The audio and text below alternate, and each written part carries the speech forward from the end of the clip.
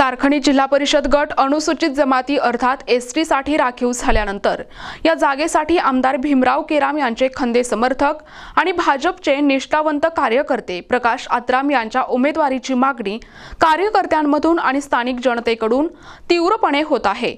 सालाईगुडा ग्रामपंचायतचे विद्यमान सरपंच असलेले प्रकाश आत्राम यांना भाजपने उमेदवारी देण्यात यावी अशी मागणी जोर धरत आहे।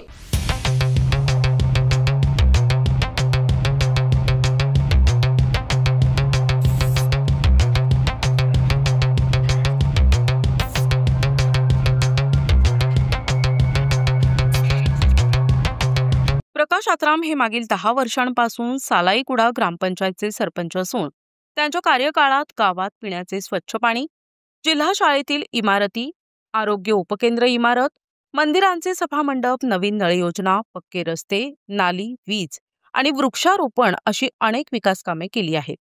गावातील जनता त्यांच्या कामावर अतिशय आनंदी असून आता गावातील आणि परिसरातील जनतेची मागणी आहे की प्रकाश आत्राम यांना भारतीय जनता पार्टीने उमेदवारी द्यावी आणि त्यांनी सारखणी जिल्हा परिषद गटातून निवडणूक लढावी। प्रकाश आत्राम यांना सारखणी जिल्हा परिषद गटातून मोठा पाठिंबा मिळत आहे। त्यांनी भाजपच्या विविध योजना, अभियान आणि पक्षांच्या संकल्पना नागरिकांपर्यंत यशस्वीरित्या पोहोचवल्या आहेत। अनुसूचित जमाती राखीव जागेसाठी भाजपातर्फे प्रकाश आत्राम यांना उमेदवारी मिळाल्यास नक्की विजय होणार असा विश्वास गावातील आणि परिसरातील स्थानिक कार्यकर्त्यांकडून आणि जनतेतून व्यक्त केला जातोय।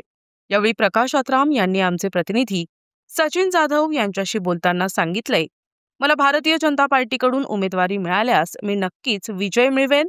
जसे मी माझ्या गावात विविध विकास कामे केली त्याचप्रमाणे सारखणी जिल्हा परिषद गटामध्ये येणाऱ्या सर्व गावांमध्ये प्रथम जिल्हा परिषद शाळेचे शिक्षकांचे रिक्त पदे भरून शाळा डिजिटल करणार, आरोग्य केंद्रे आणि उपकेंद्रे यांचे रिक्त पदे भरून परिसरातील रुग्णांना आरोग्य केंद्रातच योग्य उपचार मिळावा यासाठी प्रयत्न करणार। तसेच सारखणी जिल्हा परिषद गटातील प्रत्येक गावामध्ये शुद्ध स्वच्छ पाणी, पक्के रस्ते, नाली, वीज अशा विविध कामांचा जनतेला दिलासा देणार असे भाजपचे इच्छुक उमेदवार प्रकाश आत्राम यांनी बोलताना स्पष्ट केलंय।